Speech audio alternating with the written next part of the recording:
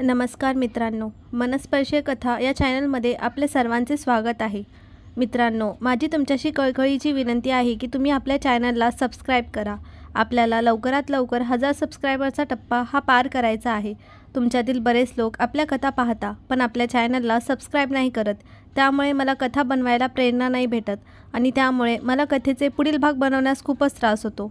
मी रोज कथेचे भाग टाकते पण तरीसुद्धा आपल्या चॅनलची ही ग्रोथ होत नाही आहे। तर मी तुम्हा सर्वांना ही विनंती करते की तुम्ही जितकेही जण हा व्हिडिओ पाहत असाल तर प्लीज आपल्या चॅनलला सबस्क्राइब करा। तुमचं यामध्ये 1 रुपया वाया जाणार नाही, फक्त तुम्हाला एक सबस्क्राइब करायचे आहे आणि बेल आयकॉनवर प्रेस करून ऑलवर ठेवायचं आहे, जेणेकरून आपल्या चॅनलवर पुढील येणारी कथेची नोटिफिकेशन तुमच्यापर्यंत लगेच पोहोचेल। जबरदस्तीचे लग्न भाग 9। उजव्या हातात कॉफीचा कप घेऊन मी टेरेसवर चालत असताना ताजेतवान वारे माझे काळे केस उडवून देतात। आज दुपारी आम्ही घरी पोहोचलो आणि विराज मला इथे सोडल्यानंतर लगेचच त्याच्या ऑफिसला निघून गेला आहे। मी कप रेलिंगच्या मागे असलेल्या एका छोट्या सिमेंटच्या बारवर ठेवला आणि माझ्या जॅकेटच्या खिशातून इयरफोन काढले आणि माझा फोन प्लग इन केला आणि इयरबड्स कानात घालत तिचा नंबर डायल केला। म्हणून मला काही ओरडणे, शिव्या देणे आणि खोटे रडणे यासाठी तयार राहावे लागेल। तर मग तुला माझ्यासाठी वेळ मिळाला। मी सेलिब्रेशन पार्टी करू का? बऱ्याच वेळा चुकलेला घंटा वाजल्यानंतर ती शेवटी मला टोमणे मारून स्वागत करते, ज्यामुळे माझे ओठ मनोरंजनाने कुरळवतात। मी परत आल्यानंतर तू ते केलं तर मी आभारी राहीन। मी कॉफीचा गरम कप ब्लॉकवरून उचलत उत्तर देते, गप्प बस, माझा एकही फोन तू उचलत नाहीस म्हणून मी अजूनही तुझ्यावर रागवले आहे।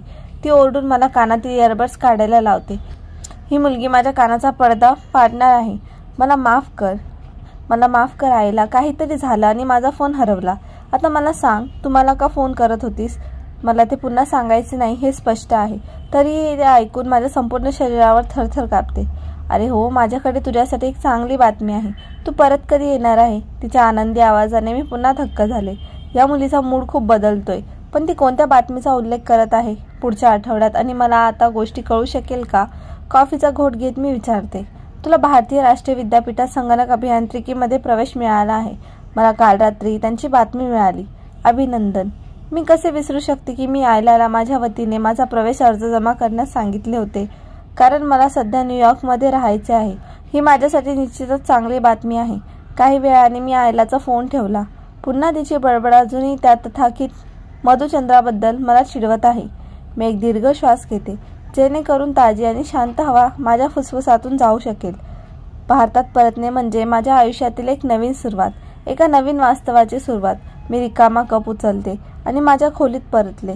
मला अजूनही सामान पॅक करायचे आहे। तर तिकडे भारतात जान्हवी, त्याचा देखणा चेहरा आणि तेजस्वी व्यक्तिमत्व बघ। माझ्या लाडक्या बहिणी, तू खूप यशस्वी झाली आहेस। त्याच्या हातात अजूनही वारसा नव्हता, हे खूप वाईट आहे। नाहीतर आम्ही तुझे लग्न त्याच्याशी लावण्यासाठी 1 मिनिटही सोडणार नाही। विराज आमच्या घरी पाऊल ठेवताच धनंजय भाई त्याच्या व्यक्तिमत्वावर मोहित होतात। मी त्याला हास्य दाखवते आणि नंतर माझे डोके निराशेने उजवीकडे डावीकडे फिरते। पश्चातापाने जास्त। माझे कुटुंब पैशासाठी काहीही करू शकतात आणि हा सर्वात महत्त्वाचा घटक आहे, जो अनेक दिवसांपासून माझ्या मनात आहे। या कारणास्तव मी विनयला येथे येण्यास सांगितले आहे, कारण माझ्या कुटुंबाचे हित माझ्या वास्तविक समाधानापेक्षा पैशाकडे, प्रतिष्ठेकडे जास्त असेल। मी चहा आणि नाश्त्याची तयारी करायला सुरुवात करून असताना धनंजय लवकरच हॉलमधून निघून गेला। तिथे सर्वजण उपस्थित होते। मी वस्तू एका मोठ्या ट्रेमध्ये ठेवल्या आणि हॉलकडे निघाले। ते जे काही बोलत होते ते मी येताना पाहून थांबले। मी विराजकडे पाहिले। त्याच्या चेहऱ्यावर अस्वस्थता आणि नाराजी होती, ज्यामुळे मी अधिक चिंतेत पडले। मी विनयकडे संशयास्पद नजरेने पाहते आणि तो किंचित मान हलवून असे समजतो की सर्व काही ठीक आहे। मी एक करून सर्वांना चहा देते आणि जेव्हा विराजची पाळी येते तेव्हा मी त्याच्याकडे हलकेच हसते, ज्यावर तो परत हसतो। मी माझ्या आईसोबत बसते। मग तुमच्या मते 3 महिन्यांनी तुम्ही जान्हवीशी लग्न कराल याची खात्री काय आहे? माझे वडील संशयास्पद चेहऱ्याने विचारतात। यावर विराज स्पष्टपणे उसासा टाकतो। माझे पालक कमी त्रासदायक असू शकतात का? मी इथे बसलो आहे हेच आश्वासन आहे। तो शांत राहण्याचा प्रयत्न करत उत्तर देतो, आम्ही तुमच्यावर कसा विश्वास ठेवू? काही वाईट वाटत नाही, पण कदाचित तुम्ही अनेक मुलींना नेमक्या त्याच सोयी बोलल्या असतील। मी आश्चर्याने माझी नजर विनयकडे वळवली। हा वेडा झाला आहे का? मला पाठिंबा देण्याऐवजी तो माझ्यासाठी गोष्टी कठीण करत आहे। तो माझ्याकडे मागे वळून पाहतो, पण लगेचच नजर हटवतो। फक्त काही प्रकारचा सूड घेताय असे मला सांगू नका.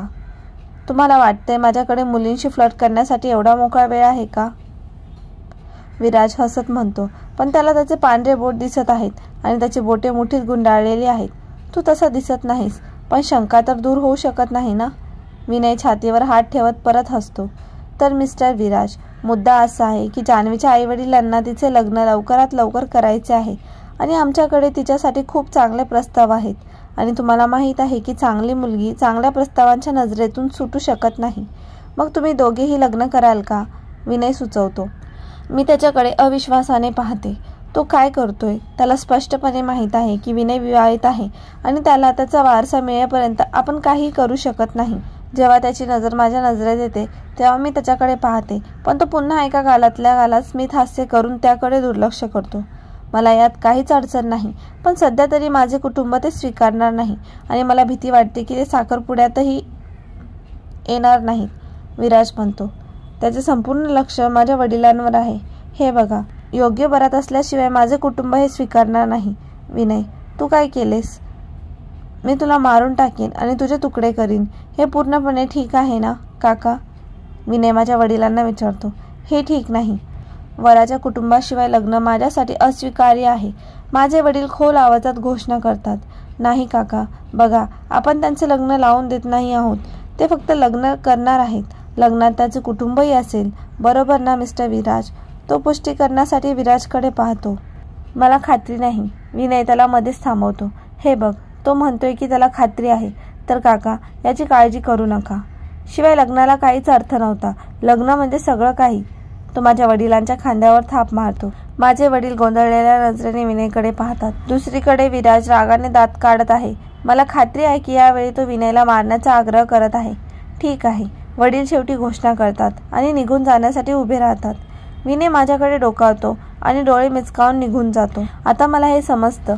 त्याने सर्व आमच्यात नाते निर्माण करण्यासाठी केलं आहे, जेणेकरून माझे पालक माझे लग्न दुसऱ्या कोणाशीही लावणार नाहीत.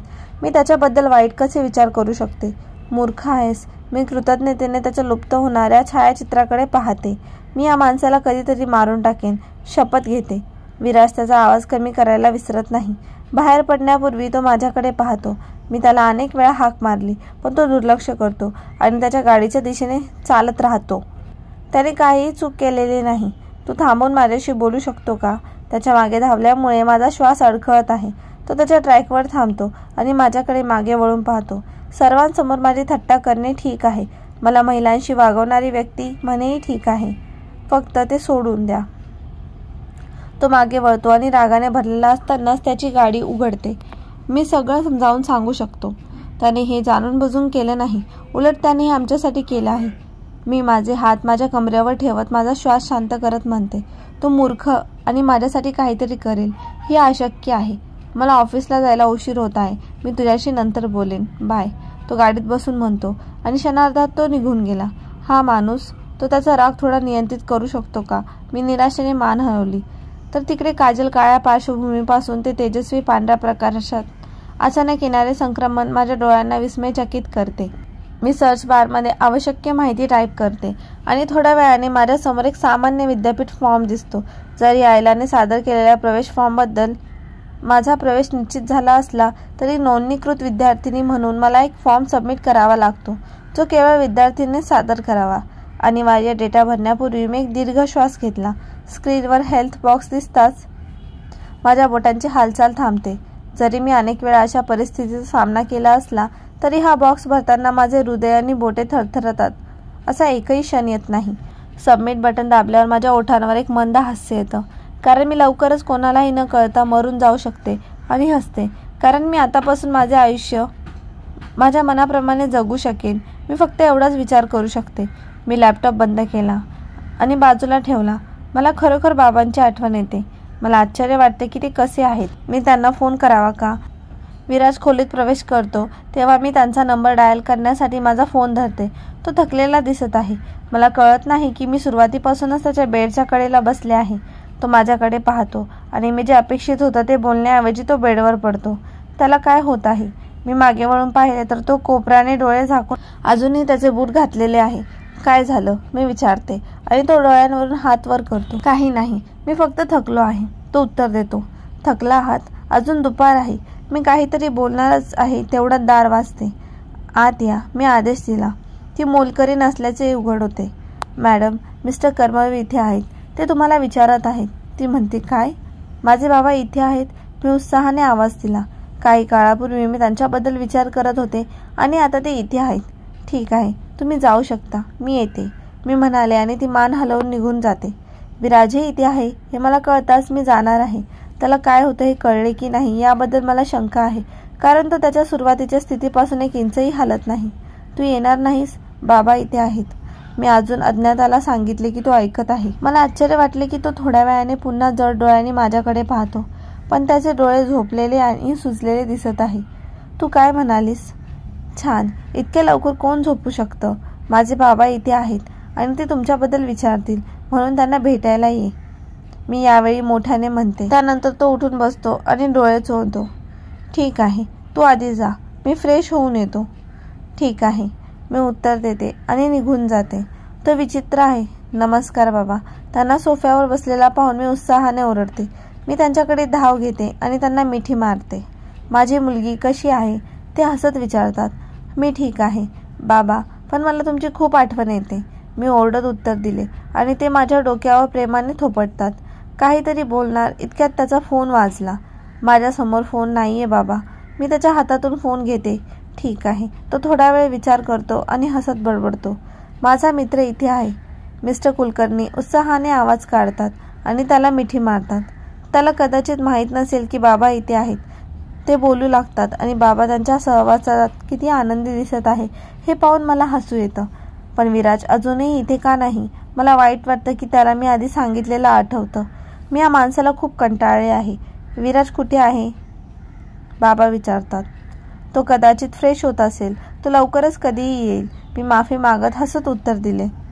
मला वाटतं त्याला आणखी एक आठवण करून द्यावी लागेल. जेव्हा मी त्याला पायऱ्या उतरताना पाहते तेव्हा मी मोलकरणीला शांतपणे फोन करते. देवाचे आभार. मी आरामात उसासा टाकला. त्यानंतर मी मोलकरींना नाश्ता तयार करण्यासाठी ऑर्डर देण्यासाठी स्वयंपाकघरात गेले. मी परत आल्यावर बाबा तणावग्रस्त आणि चिंतेत दिसत होते. ते परत जात असल्याचेही सांगत होते. बाबा, आधी चहा तरी घ्या, मी त्याला थांबवले. ऑफिसमध्ये काही महत्त्वाचे काम झाले नाहीये, मला लवकर निघावे लागेल, तो उत्तर देतो. सर्व काही ठीक आहे ना? मिस्टर कुलकर्णी ते विचारतात. हो, सगळं ठीक आहे, काळजी करू नका, तो म्हणतो आणि दुसरा विचार न करता बाहेर पडतो. काका, तुम्हाला काही मदत हवी आहे का? विराज त्यांना विचारतो. नाही, मी करेन, तो माझ्याकडे शेवटची नजर टाकतो आणि निघून जातो. त्याला अचानक काय झालं? म्हणजे आधीचा तो फोनही त्याच्या ऑफिसमधून येत होता. मला आशा आहे की सगळं ठीक असेल. खूप अस्वस्थ दिसत आहे. तर तिकडे काजल. माझ्या चेहऱ्यावर आणि शरीरावर पसरलेला प्रखर सूर्यप्रकाशामुळे मला पुढे चालणे कठीण होत आहे. आज खूप उष्णता आहे आणि विद्यापीठातून बस स्टॉपवर पोहोचण्यासाठी मला 10 मैल चालावे लागते. विनय आज विद्यापीठात येत नाही आणि त्याच्यामुळे मला ही उष्ण दुपार सहन करावी लागत आहे. मी माझ्या स्कार्फचा कोपरा माझ्या चेहऱ्यावर आणखी ओढला, जेणेकरून माझ्या समोर फुटपाथच्या दुसऱ्या बाजूला गाडी थांबल्यावर या सूर्यप्रकाशाने माझे डोळे तरी सावरतील. मी गाडीत माझ्या स्कार्फच्या वरून डोकावते आणि माझे डोळे स्वतःच गाडीच्या मालकाकडे वळतात. आते, तो आदेश देतो. काही न बोलता मी त्याच्याकडे दुर्लक्ष करत चालत राहिले. तुला वाटतं का तू इतक्या सहजासहजी यातून सुटू शकशील? तो गाडी माझ्या समांतर हळूहळू पुढे करतो. तुला गरमी वाटत नाहीये का? बघ, तू आता घामाने भरली आहेस. आता आते, तू पुन्हा म्हणतो आणि मी थांबून त्याच्याकडे पाहते. तू इथे काय करतोय? यापेक्षा तुझ्या ऑफिसला माझ्यापेक्षा जास्त महत्त्व आहे.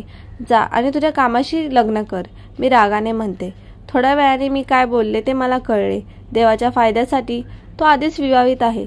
मला त्याचे हसणे ऐकू येते, पण मी चालत राहते. ठीक आहे, मला माफ कर, मी खरंच बोलतोय.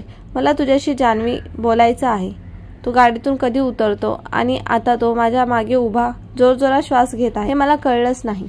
तो त्याचा चष्मा काढून टाकतो आणि मला पुन्हा विनवणी करतो. इतक्या उच्च तापमानात तू इथे कशी उभी आहेस? तो घाम पुसत म्हणतो. मी त्याच्याकडे पाहते. मला पुन्हा एकदा माफ कर, पण प्लीज गाडीत बस. मी तुझ्याशिवाय कुठेही जाणार नाही. तेव्हा मी संपूर्ण वेळ इथेच उभा राहीन. मी आता विनवणी करतो. जर मी आणखी 1 मिनिट इथे राहिलो तर मी वितळेल. तो किती सुंदर दिसत आहे हे पाहून माझ्या ओठांवर हास्य येऊ नये म्हणून तो विनवणी करतो. बस, गप्प बस.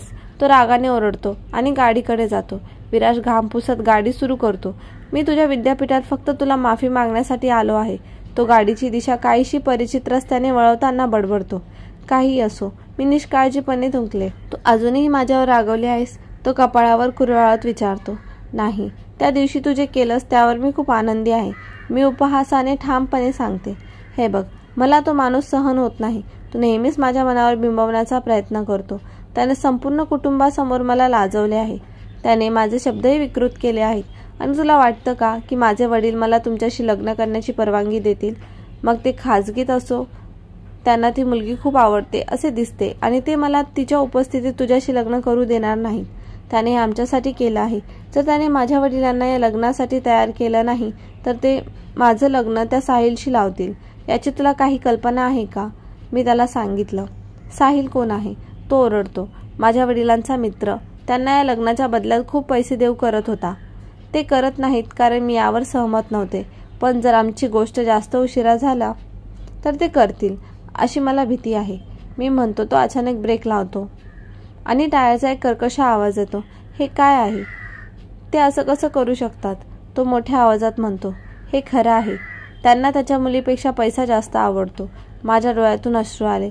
मला रडताना पाहून त्याचे डोळे पाणावले. रडू नकोस. मी तुझ्यासोबत हे होऊ देणार नाही. काही झालं तरी आपण लग्न करू. तुला गमावण्याचा धोका मी घेऊ शकत नाही. माझ्या वडिलांचे काय? मी माझे अश्रू पुसत विचारते. त्याची काळजी करू नकोस.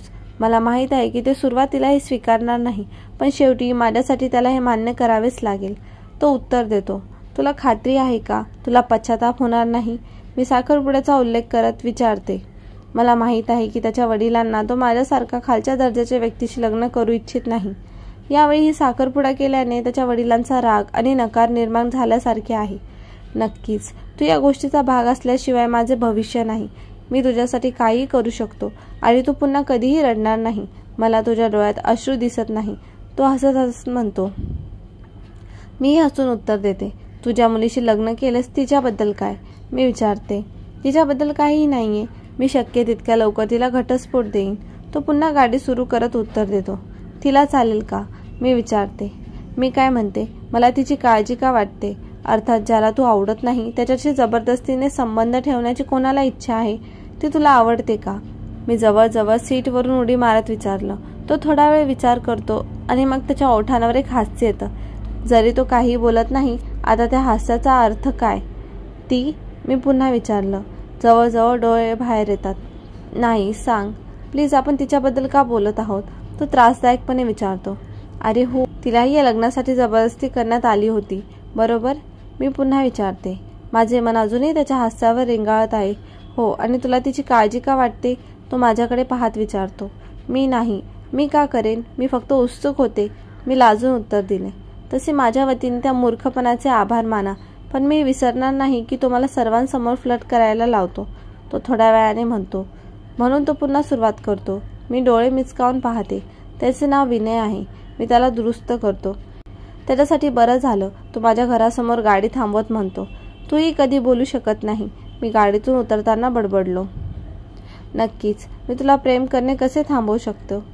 मी गाडीचा दरवाजा जोरात बंद करते आणि पुढे चालत जाते. तेव्हा त्याच्या बोलण्याने माझ्या चेहऱ्यावर हास्य येतं. आजचा भाग कसा वाटला कमेंटमध्ये नक्की सांगा आणि व्हिडिओला लाईक करा. चॅनलवर नवीन असाल तर सबस्क्राईब करा. पुढील भाग लवकरच येईल. धन्यवाद.